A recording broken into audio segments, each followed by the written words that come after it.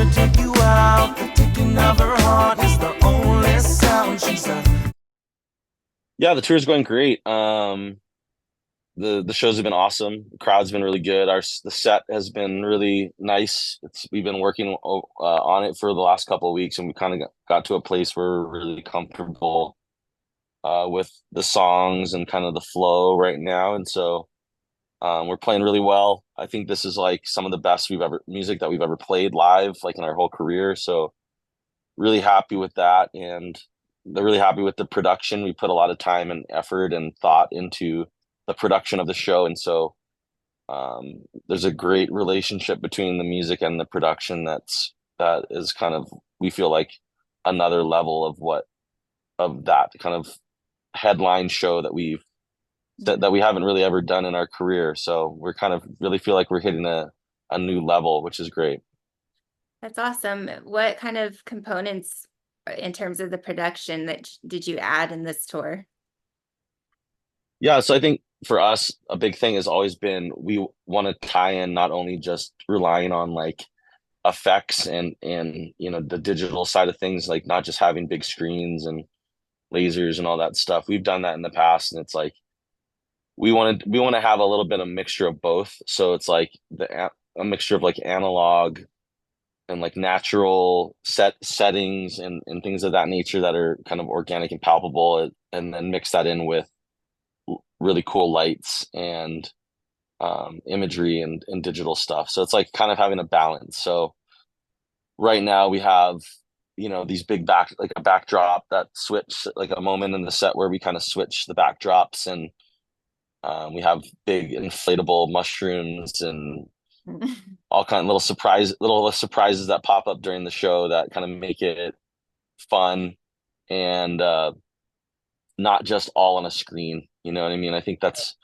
people have seen that 100 million times, and it's like, what can it seems like everybody's just put a big LED screen behind you and then put a bunch Right. of images on it, which is cool too. But it's like I like going to shows where there's like a mixture of both. You know what I mean? Where the backdrop kind of has a component of like it looks like somebody made it, somebody built it, and uh, it's like going to like a Broadway show or something where the sets are constructed and they don't just feel totally digital. Yeah. So.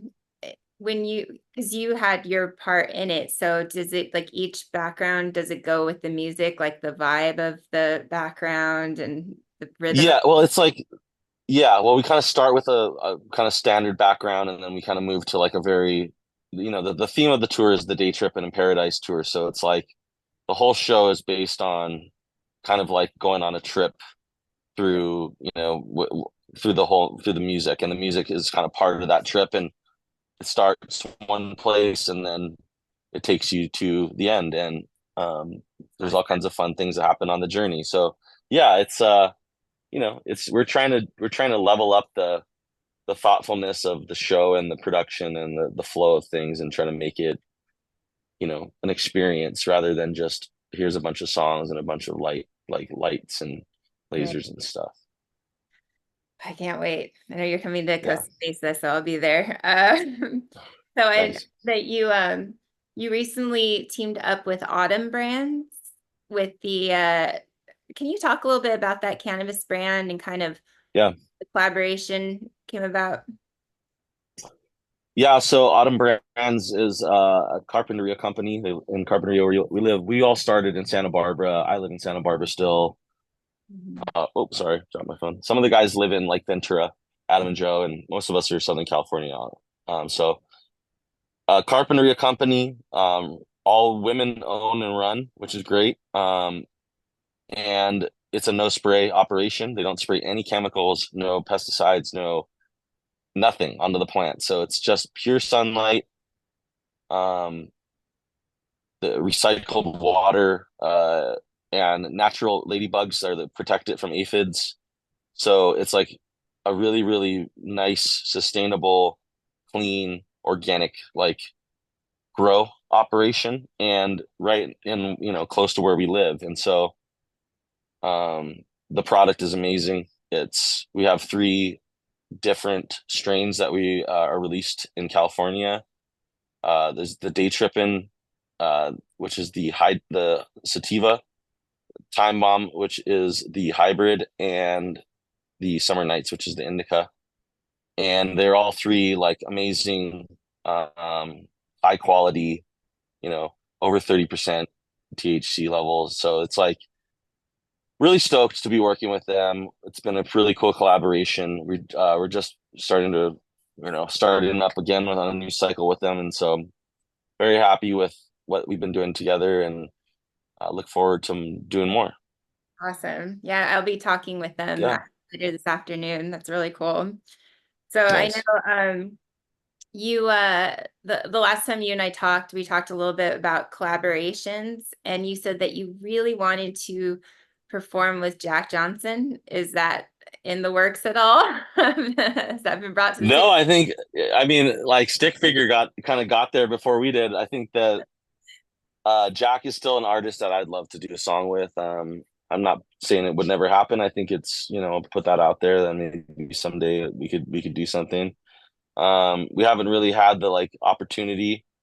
We've gotten to work with some really we got to be in the studio and collaborate with Shaggy and some other big artists, some people that are like, iconic kind of artists. And so the new record that we have is going to be very, very heavy, that we're working on is very, very heavy with collaborations. And we're really stoked on a lot of the collabs that we've done. We already put out Number One featuring Kalohe Kai, and we have a number of other collaborations coming down the pike that are really, really cool. So just awesome. We love collaborating. I think it's been really fun for us. I think the only drawback is that we can't perform with all the artists on tour every night. So it's like right now we have other bands like stepping in and doing verses, like DENM's doing a verse on Broken Promises that was Kyle's verse from Slightly Stupid. And we have Logan Rex from Artikal Sound System doing Ellie Mac's verse from Guava Lane. So yeah, and then we kind of do this whole Brodio at the end of the set where all the bands come out and we all play a song together, and it's a song, Pepper, and that we recorded with Pepper. So it's really cool. I get up, Micah Brown and myself get up on stage with Pepper every night and do Tides, the song that we did featured on their record. So yeah, it's just been a great collaboration. We're doing as much collaborating live as well, and we always love working with other artists. It's super fun. So cool. It always seems like the one big happy family up there, especially with Yeah. like when it comes to reggae. It's like you guys all cross over one way or another. It's just one love, right? I love that. Yeah, and we all have all toured together on like multiple times for the most part. So it's like we all like DENM. This is our first tour with DENM, but they're all from Santa Barbara. So it's like we all have like the hometown, that where I live and where they're from, like we have that in common. And we've toured with Artikal Sound System like feels like 3 straight tours, and we've toured with Pepper a gazillion times, and they're like our brothers. So it's like it definitely is like a family vibe out here. Everybody gets along super well. It's all the crews get along really well. It's great. Like the vibes are very, very high. Well, speaking of family, you are very close to your family, and how is that with touring and I know it's very important to you. Hmm. Yeah. Yeah. My family is the most important thing to me. And it's hard. I mean, that's just what it is. But, that's the job that we have. It's, the lucky thing is like, the more that we've grown as a band and been able to be more successful as a band, the less you have to tour, which is kind of like a nice balance. But you still have to do it, and you still have to be gone for a large portion of time, like a few times a year. So it's hard, but I just flew back for the last 3 days and saw my kids and saw my wife, and was really nice just to recharge the battery and kind of get ready. And then we do another kind of stretch before we get to Costa Mesa, and we can, we go back to California where we can see them again. So yeah, that's the nature of the job, and you just try to stay in contact as much as you can doing, FaceTime, which is great, and as much of that communication as you can. And they're lucky that they're lit right now. They're little, so they don't totally notice it. They don't have like the greatest concept of time. So it's Right. kind of like, oh, here's dad. Oh, his dad's gone. Oh, here he is on the phone. It's one of those. So it's not easy, but we do it. And there's a lot of people that have kids that are, military and people that are gone for longer stretches of time, and it's a lot harder. So you just keep things in perspective. Well, I know that again that you love golfing. What has been your favorite stop so far on the tour? Because you find the two, right? Like, Yeah, we playing a lot of golf on this tour, which is nice. This is kind of my time to play a lot of golf. I am away from the family. I got some free time, so yeah. played today, played this morning actually, played yesterday. So that's kind of been our daily activity to get some exercise. It's definitely been hot. We're up in New Jersey and Philadelphia area. It's hot. It's like in the high 90s and humid, so it's very sweaty and and uncomfortable. But it's nice to be outside and playing golf, and nobody's complaining about playing golf no matter what the weather's like. So Right. um, yeah, I love it. It's a great game. It's a great way for myself and Micah Brown. We both play a lot, so we go.